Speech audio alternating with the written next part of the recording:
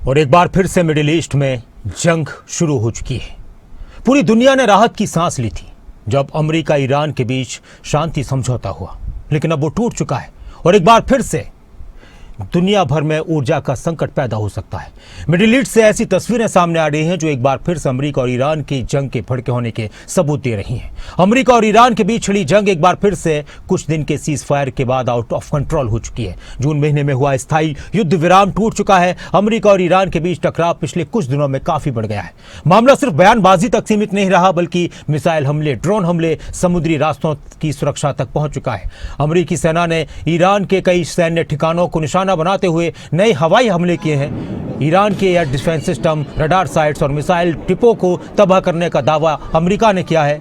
America के राष्ट्रपति Donald Trump के आदेश पर अमेरिकी सेंट्रल कमांड ने ईरान के भीतर घुसकर ईरान के 140 से अधिक सैन्य ठिकानों को निशाना बनाया।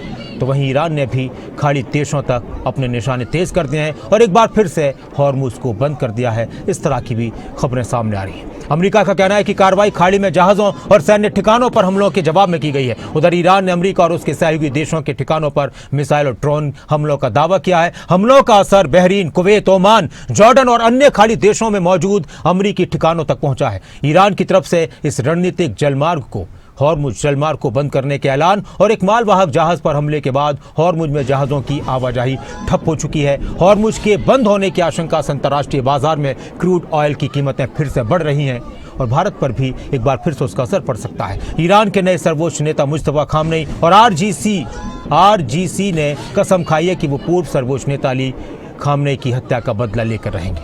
तो वहीं अमेरिकी राष्ट्रपति डोनाल्ड ट्रंप ने दावा किया है कि अमेरिका हॉर्मुज स्ट्रेट का नियंत्रण अपने हाथ में लेगा। ट्रंप ने कहा कि हम हॉर्मुज स्ट्रेट को सुरक्षित रखेंगे और संभव है कि उसका संचालन भी हम करें। हम इसके गार्जियन बनेंगे। इसके बदले में हमें भुगतान भी मिलना चाहिए।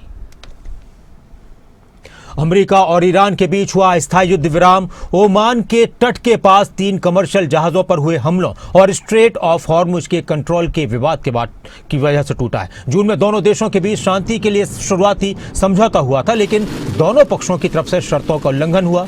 सीज फायर टूटने के सबसे तात्कालिक जो अभी की वजह नजर आई है वो 6 जुलाई की घटना बनी। ईरान की आईआरजीसी ने ओमान के पास 3 कमर्शियल जहाज़ों पर अंधाधुंध गोलीबारी की थी और इन जहाज़ों में कतर का एलएनजी टैंकर भी शामिल था। इस हमले ने अमेरिका और उसके सहयोगियों को भड़का दिया। ईरान ने अचानक ऐलान कर दिया कि स्ट्रेट ऑफ हॉर्मुज समुद्री रास्ता पूरी तरह से उसके प्रशासनिक नियंत्रण में ही रहेगा। ईरान ने दावा किया कि यहां से केवल उन्हीं जहाज़ों को गुजरने दिया जाएगा जिन्हें ईरानी प्रशासन से मंजूरी मिली होगी। अमेरिकी अधिकारियों ने ईरान से सार्वजनिक रूप से यह बयान जारी करने की मांग की थी कि हॉर्मुज के सभी चैनल्स अंतर्राष्ट्रीय शिपिंग के लिए खुले रहेंगे, लेकिन ईरान ने अमेरिका के इस अल्टीमेटम को अपनी संप्रभुता में हस्तक्षेप बताते हुए मानने से साफ इनकार कर दिया।